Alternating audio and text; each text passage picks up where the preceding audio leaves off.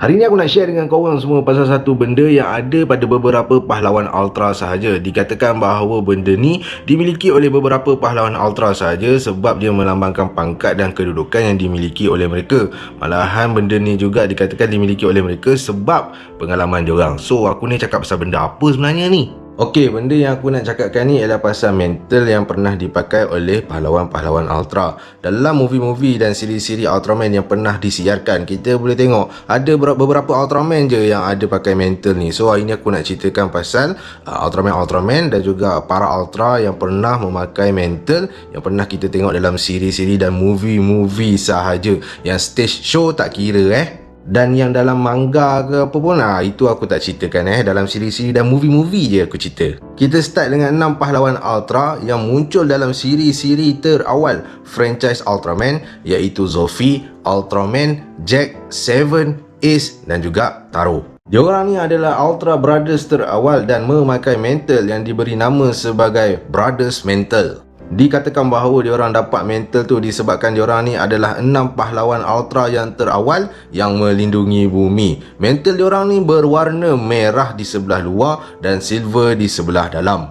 Mental diorang ni nampak macam tak ada keistimewaan sangat lah. Kalau dipakai pun cuma macam nak menunjukkan pangkat dan kedudukan diorang Berbeza dengan mental yang seterusnya yang dipakai oleh Ultraman King. Mental yang dipakai oleh Ultraman King ni kita boleh tengok dia macam ada function juga Nama mental Ultraman King ni ialah Ultra Mental. Kita boleh lihat fungsi Ultra Mental ni bila Ultraman King bagi mental dia kepada Ultraman Leo dalam siri Ultraman Leo.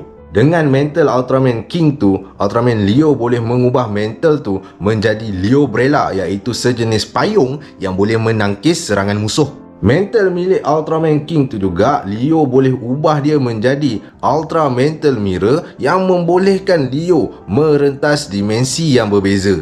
King kemudiannya telah menghadiahkan mental tu kepada Ultraman Leo dan Ultraman Leo tu mengubah mental tu menjadi gelang emas yang dipakai di lengannya. Kiranya Ultraman Leo tu kalau dia tak pakai mental tu, dia ubahlah jadi gelang emas. Walaupun King dah serahkan mental tu kepada Ultraman Leo dan kita ingatkan habislah King dah tak ada mental. Tapi bila kita tengok dalam siri-siri lain, rupa-rupanya Ultraman King ada mental dia lagi. Aku rasa Ultraman King ni ada banyak stok mental dia.